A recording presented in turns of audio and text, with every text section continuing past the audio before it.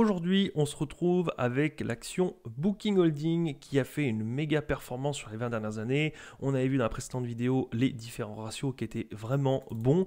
On les remet ici rapidement, mais le but n'est pas de faire sur cette vidéo. Je vous mets ici le lien pour la précédente. Allez la voir si vous ne l'avez pas encore vue pour revenir ensuite ici. Et on va tenter de valoriser, alors relativement grossièrement, puisqu'on ne peut pas avoir un empire comme Holding et le valoriser avec quelques chiffres. Mais globalement, on va tenter de se faire une idée et voir si on peut s'intéresser à cette société parce qu'elle est correctement évaluée, voire sous-évaluée, ou si jamais on est vraiment dans la stratosphère et que ça ne sert absolument à rien de regarder pour l'instant le dossier.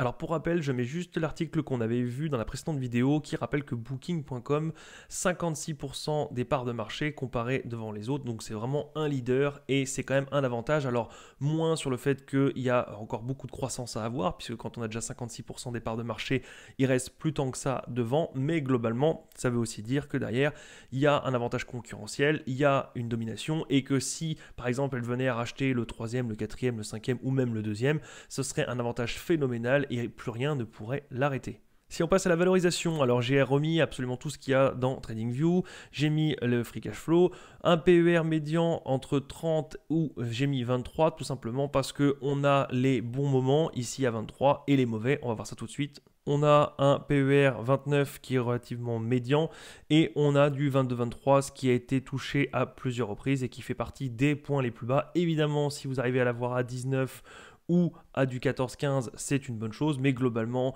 l'idée est de valoriser sur un des points les plus bas et sur un point médian pour voir un peu comment on peut s'en sortir.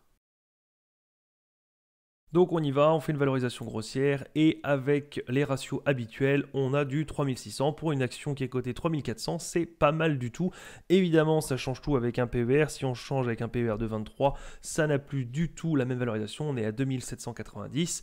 Mais globalement, on voit quand même que donc il y a un sacré écart, mais on n'est pas si éloigné que ça non plus. Donc avec la valorisation, on voit bien qu'on n'a pas énormément de dettes comparé au free cash flow qu'on peut sortir ou aux bénéfices qu'on peut sortir.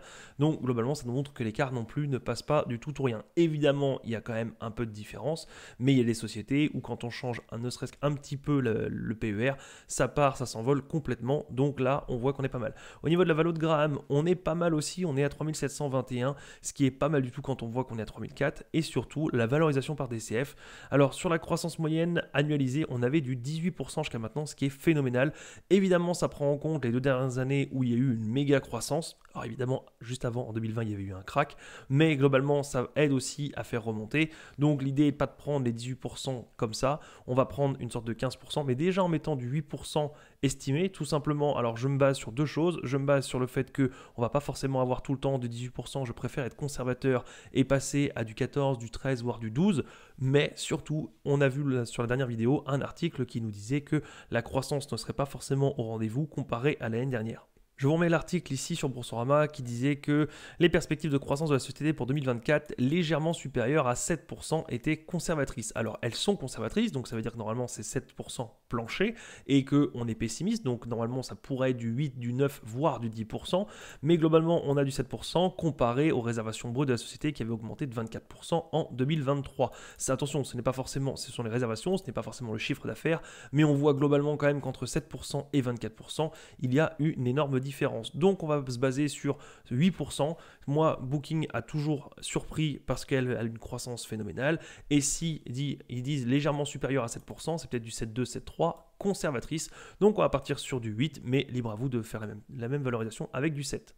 Donc on arrive ici avec du 8% et on voit qu'on arrive à 3678, donc relativement sur la fair value, sur le cours actuel. Et si on passe à 7%, on voit qu'on arrive à 3431, donc on est aux alentours du prix actuel. Donc on pourrait dire, avec une valorisation grossière, attention, maintenant il faut voir à quel point ces chiffres sont stables et à quel point cette croissance est tenable dans le temps, évidemment, et s'il n'y a pas de loup et de corruption, etc., etc.